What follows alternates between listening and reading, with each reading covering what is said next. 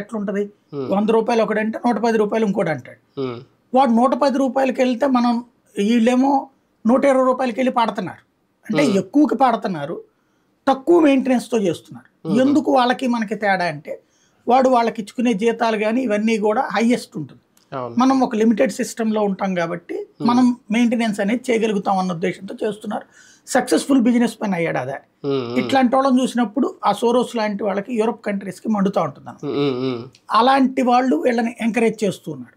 ఇది ఈ పిట్రోడా లాంటి వాడు అందుకని ఈ విధానాలని తీసుకొచ్చి, అంటే వీళ్ళు చాలా రోజుల నుండి సోరోస్ కానీ ఈ గ్యాంగ్ అంతా చేస్తున్నది ఏంటంటే విపరీతమైన నెగిటివిటీ, ఈ దేశంలో ఉన్న కోటీశ్వర్ల మీద విపరీతమైన నెగిటివిటీ క్రియేట్ చేస్తున్నారు. ఇప్పుడు విదేశాల్లో ఉన్నటువంటి వాడు వచ్చి ఇక్కడ కంపెనీ పెడతానంటే మనం బట్టలు తీసుకుని పరిగెలు పెడతాం. అబ్బో సూపర్, మేము ఎంత ఇన్వెస్ట్ తెచ్చాను. వాడి కోట్లు అక్కడ ఉంటేనే ఇక్కడ తెచ్చిపెట్టేది. అడుక్కునేవాడు వచ్చి ఇక్కడ పెట్టడు కదా. అక్కడ 1,00,000 కోట్లు ఉన్నాడు ఇక్కడ పెడుతున్నాడు అంటే మనోడు 1,00,000 కోట్లకి ఎదగద్దు అంటున్నాం మనం. ఇది విచిత్రమైనటువంటి. ఇది కాంగ్రెస్ సిద్ధాంతంగా ఎంతవరకు చూడాలి, లేదంటే పిట్రోడ్ వ్యక్తిగత ఆలోచన? ఒకప్పటి కాంగ్రెస్ పార్టీ సిద్ధాంతం ఎప్పుడో మారిపోయింది. కాంగ్రెస్ పార్టీ ఒకప్పటి సిద్ధాంతం గరీబీ హటావో, బేకారీ హటావో నినాదాలు.